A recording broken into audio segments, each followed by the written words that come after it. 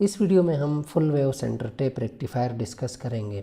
Full wave centre tap rectifier वो rectifier होता है जिसमें हम सेंटर टेप ट्रांसफार्मर को यूज़ करते हैं। सेंटर टेप ट्रांसफार्मर वो ट्रांसफार्मर होता है जिसके सेकेंडरी कॉइल से 3 आउटपुट वायर्स निकलती हैं। इस डायग्राम की मदद से हम full wave centre tap rectifier की सिग्नल एनालिसिस करेंगे। सबसे पहले हम इस डायग्राम को समझते हैं। ये सेंटर टेप ट्रांसफार्मर का प्राइमरी कॉइल है जिसको हम 220 वोल्ट फीड करते हैं। ये सेकेंडरी कॉइल है, ये हमें आउटपुट पे 12 वोल्ट एसी देता है। ये असल में 2 स्प्लिटेड कॉइल्स हैं। एक कॉइल से हमें 12 वोल्ट मिलते हैं, दूसरे से भी 12 वोल्ट मिलते हैं। ये 2 डायोड्स लगे हुए हैं, D1 और D2।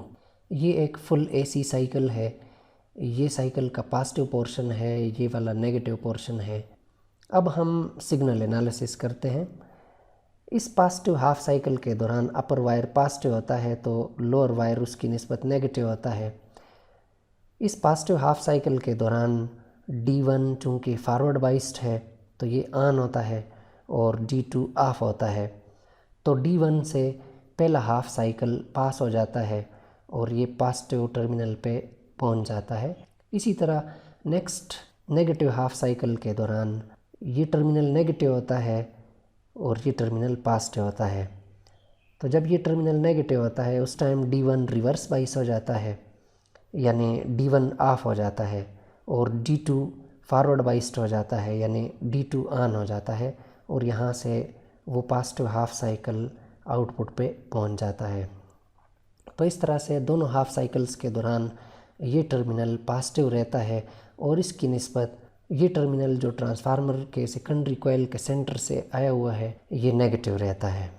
एक हाफ साइकिल के दौरान ये डायोड D1 ऑन होता है तो उस टाइम D2 ऑफ होता है और जिस टाइम D1 ऑफ होता है तो उस टाइम D2 ऑन होता है। यानी किसी ख़ास वक्त पे एक डायोड ऑन होता है तो दूसरा डायोड ऑफ होता है।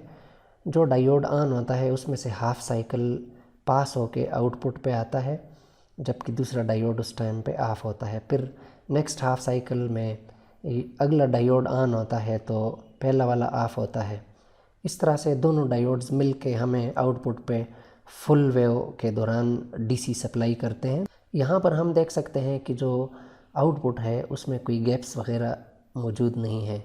इसका मतलब ये है कि फुल साइकिल के दौरान हमें डीसी करंट मिलता है। अब हम फुल वेव रेक्टिफिकेशन को एनिमेशन की मदद से समझते हैं। ये ट्रांसफार्मर का सेकेंडरी कॉइल है, ये 2 डायोड्स लगे हुए हैं और ये आउटपुट के साथ एक बल्ब जुड़ा हुआ है। यहाँ पर हम देख सकते हैं कि जो ऊपर वाला डायोड है D1 ये हाफ साइकिल के दौरान कंडक्ट करता है और चार्जेस लोड में से पास होती हैं।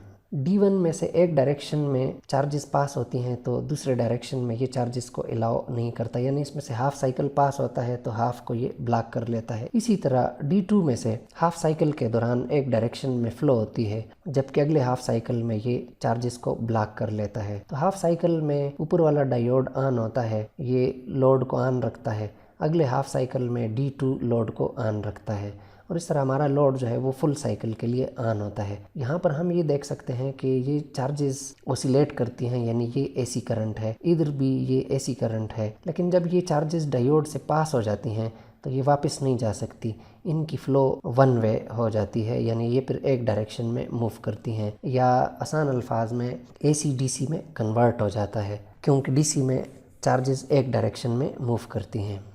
अब हम इसका प्रैक्टिकल मॉडल देखते हैं। ये एक सेंटर टेप ट्रांसफार्मर है।